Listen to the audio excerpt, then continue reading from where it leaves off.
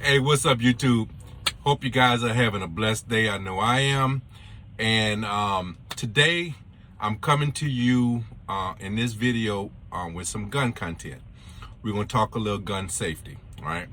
Now, this video is inspired by the tragedy, and this is not something that's isolated to this incident, but because it happens all the time. Not all the time, but it happens often, right? But the Alex Baldwin shooting on the set that took someone's life, I think it injured someone else also. That's what's inspiring this video, because I think it's a great example of how something that we presume is safe could become a tragedy, right? And unfortunately, this occurred, but we're only hearing about it because of the nature of the status of the people involved, right? But this happens a lot.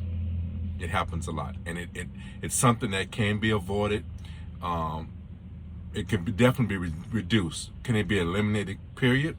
I'm very optimistic. I say yes, but it's certainly, with a little more education, better practices, better information, it's certainly something that could be reduced, because it happens a lot more than what we hear. All right, we heard about this and because of the people that was involved, but it happens a lot. Accidental shootings, and that just that results in people being hurt happen often, but it also many times it happens and it costs someone's life, and that's so unfortunate. It really is, and in my opinion, it's so unnecessary, right? So we're gonna go over some basics. Well, let me dive into this a little bit, the incident itself, because I have a lot of questions. I have a lot of questions about how this occurred, right? So apparently, the armor on the set had cleared the weapon. I think they even had put dummy rounds in it before lunch, came back, and somehow live rounds was in the weapon. How that occurred, I don't know. But one of my main thoughts is that, why are they live rounds on a movie set? That's to me. I'm not in that industry, but I see no reason for live rounds to be part of or be in that area, period. You have guns, and look, when they talk about like props, like if you're just talking about a plastic prop that's on a table that's just there to be, as a, just a prop, right? That's not functional, then that's different. But a gun that's actually being used is a gun. If a trigger can be pulled, it's a gun. Now, you could not have a firing pin in it, right? Okay, but then you can't fire it. You can't fire dummy rounds out of it. So anytime you trying to simulate live fire, you're using a gun. You know what I'm saying? You're using a gun. You can call it a prop, but it's a gun. Now, what type of rounds you're using, that's where it differs. So why are they live rounds in an area where there are guns, and you're not trying to fire a live round? It's mind-blowing to me. It's and according to the story I'm hearing now, some criminal charges may be coming up, right? And that's how I view it. I view it as a criminal act to have live rounds on set when you're trying to simulate fake fire. They don't go together. They do not go together. Okay. Another thing I think is something I would, if I was in charge of making a film, I would insist that my actors and actresses have firearm training. Okay. The armor is there to provide ammunition. Not ammunition, but to provide expertise on handling of the weapons, in charge of the weapons, the security of the weapons, things of this nature, right? But as an actor, if I'm going to be handling the weapon, I want to understand what its capabilities are, understand how to recognize if it's loaded, not loaded, if we have dummy rounds, if we have fake rounds, or live rounds. I want to know these things. You know, if I'm going to be dealing with something that can take someone's life, right? I want to have an understanding of how it works. If I'm opposed to that, if I'm an anti-gun person, anti-gun training person, because you could be an anti-gun person and still be trained, right? But if I'm anti-training, period, then I don't think you should be handling weapons. I don't think you should be on a set where weapons are. And I'm talking about dummy rounds. I'm talking about fake guns, not fake guns, fake ammunition, the illusion of live fire, right? If that's what's existing in these scenes, you should not be there. If you're not willing to get the training, you shouldn't be there. That's my opinion, and that's how I would deal with it, right? So I'm going to use this opportunity to talk about some gun safety. I'm always trying to, encourage you to get some safety, some training, right? And this platform, I want that to be part of the platform. Even if it's redundant, I want it to be part of this platform. So I'm using this situation to talk about it, right? So I'm going to show you what is basically my my bedside gun, and normally whenever I'm doing a video, I'm going to clear my weapon before I even start the video. Then I'm going to clear it for you, so you can have an understanding that I'm dealing with the clear gun. Okay, so I'm being redundant. I know it's clear because I clear it before I start the video. Then I want you to know it's clear by clearing it. And there's nothing wrong with that. When I'm with buddies, right? One of the things I do, I'm always, if someone wants to see the gun, see my gun or something, I'm going to clear it. And then I really would like to see them clear it. So they know. Because if you give me a gun to check out, I hope you clear it, right? And in most cases, most guys, they will. They're going to clear their gun before they hand it to you, right? When he hands it to me, especially, now if it's a gun that I know how to clear, I'm just going to go ahead and clear it and be done with it, right? If it's a gun I'm not familiar with and don't know how to clear it, I'm going to use the opportunity to say, oh, show me again, how do you clear it? Because I'm doing two things. First, I'm learning, right? And then I'm ensuring myself that this gun is cleared properly. You see what I'm saying? So regardless to your insight in guns, your experience with guns, don't ever assume you know, and always be willing to learn. Okay? We got that? All right. So this is my Glock 17, my customized gun, right? And this is how it pretty much sits. I have a safety on here. It's by Identilock, okay? It uses my fingerprint here to activate the safety, okay? And I'll go through this in a second, but whenever I pick this gun up, right, before I do anything, right, one of the things, it is protecting the trigger, correct? So I'm going to basically clear this weapon in just about every aspect while the trigger is covered, okay? So first thing we're going to do, you want to take away the feeding of the your ammunition. So you want to drop your mag. First thing you do. Now, like I said, I don't normally do this, but I wanted to show you the condition of the gun and clear it in front of you, okay? So we dropped the mag. It's a loaded mag. We dropped it, okay? Let this guy go by because I didn't close my windows. and I don't want to flash him. Okay, so the mag is dropped, right? Next thing I want to do is that I want to check the chamber. Okay, so I'm going to rack the slide. Okay, I'm going to lock it. Okay, and then I'm going to physically inspect the barrel. Now you can look at it and see there's nothing in the barrel, but if you can't see it, if it's dark or whatever, put your finger in there. Okay, now some people don't like to do that because they're afraid the slide is going to come back and bite them, right? But I'm going to put my finger in there and I'm going to make sure nothing is in there. If I can't physically see it, most times I can physically see it. Okay, and then once I do that, then I will expose my trigger. So this lock is by Identilock. Okay, it's a binary trigger. It's very easy to get to your weapon, right? It's very safe.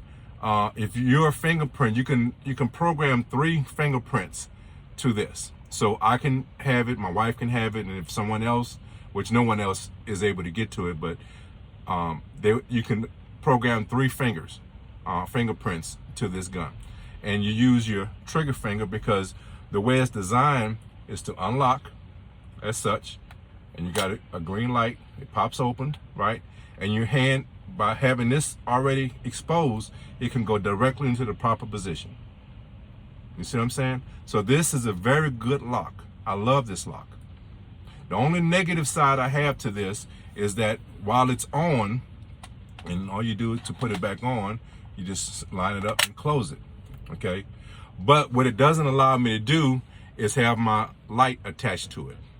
So what I always do is I have a bedside night light, something like this, right? So right next to it, so I have a light. But that's the only negative I have to this. I would love if they was able to change the angle, right, and allow me to attach my light, and then I would have the best of both worlds. But there's other ways you can do it too. You can get a box, secure box. There's a lot of methods, right? I just like this one because it's portable. You can place it anywhere in the home. It's you charge it right here. Let me take it out. So that's all it takes, right? I'm gonna put the gun to the side. Let's talk about this for a second. So you charge it right here, okay?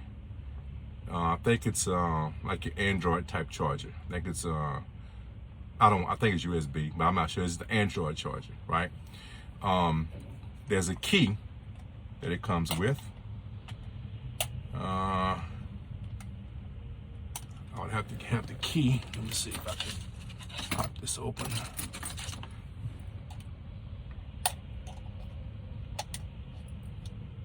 So there's a key right here. That's what you use to program it.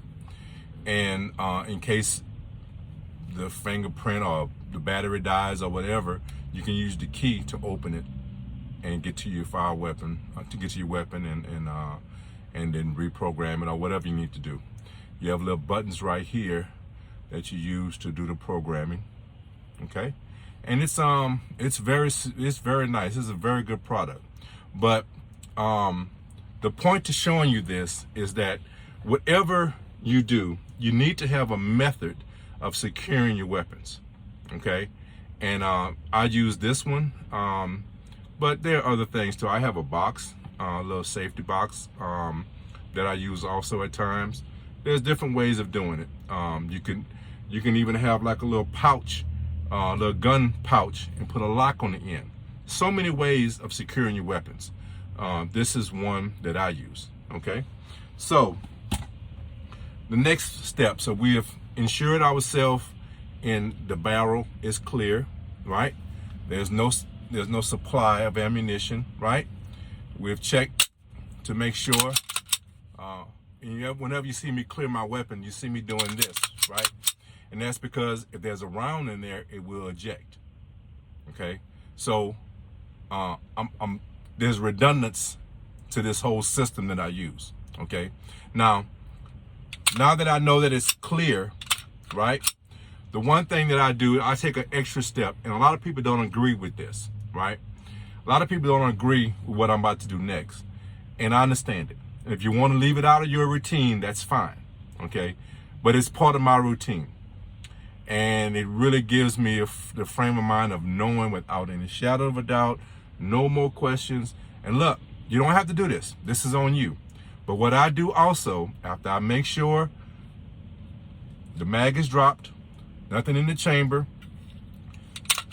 check it, physically check it, safely away from anything in a safe direction, I pull the trigger. Now I know without a shadow of a doubt that this weapon is clear, okay? There's absolutely no shadow of a doubt that this weapon is clear.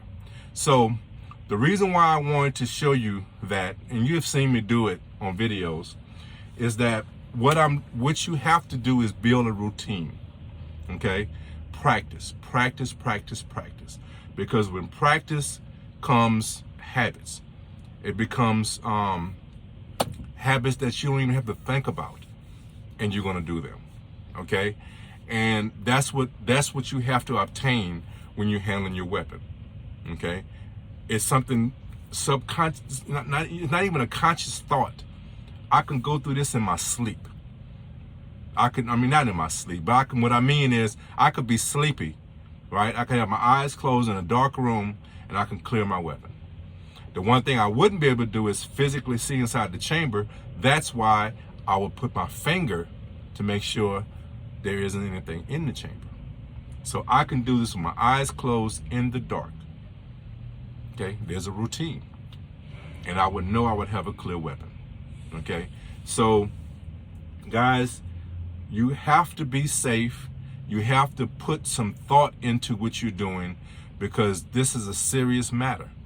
Okay, you always want to assume that this weapon is loaded.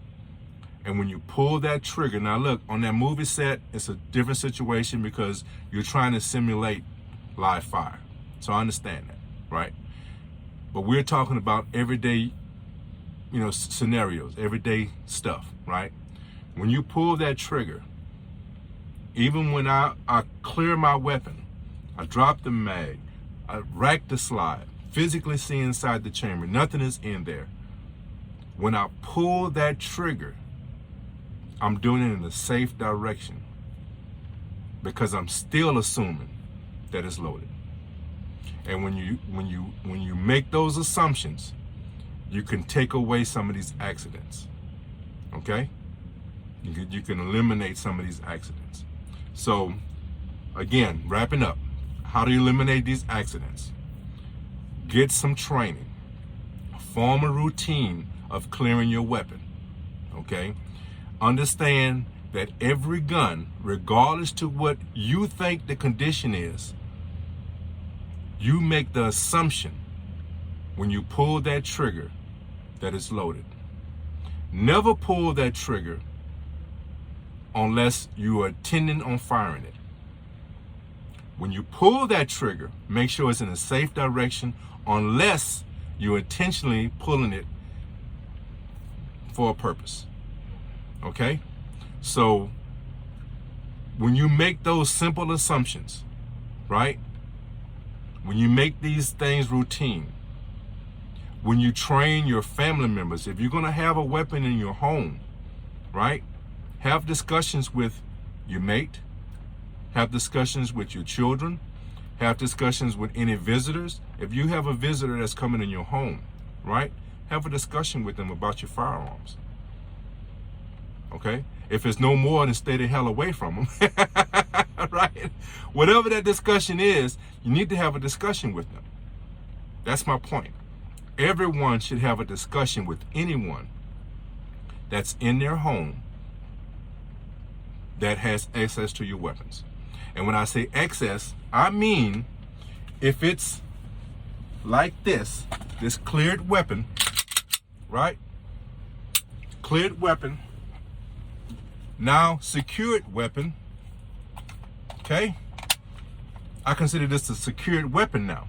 It's cleared, it has a lock on it, This is a safe weapon, right? It's a secured weapon.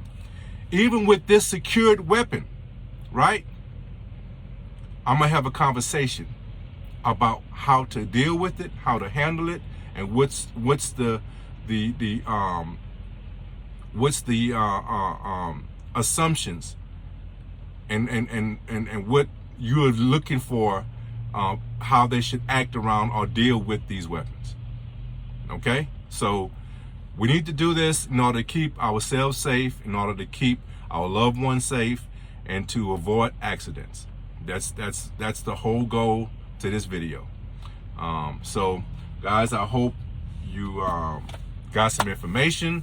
I hope, if nothing else, confirm some of your habits. And if anyone has any questions, anyone want to talk, my email is in the description. It's rateedkev1975@yahoo.com. Okay. Look, if you really want some information and you don't want to go to a class, let me give you a little hint. YouTube is a great resource, right? Now, I can't account for the video that you're going to pull up, whether that person knows what he's talking about. I can't give you that, but you also have common sense. And if if it has common sense to it, then maybe it's something that you can, gather from it, right?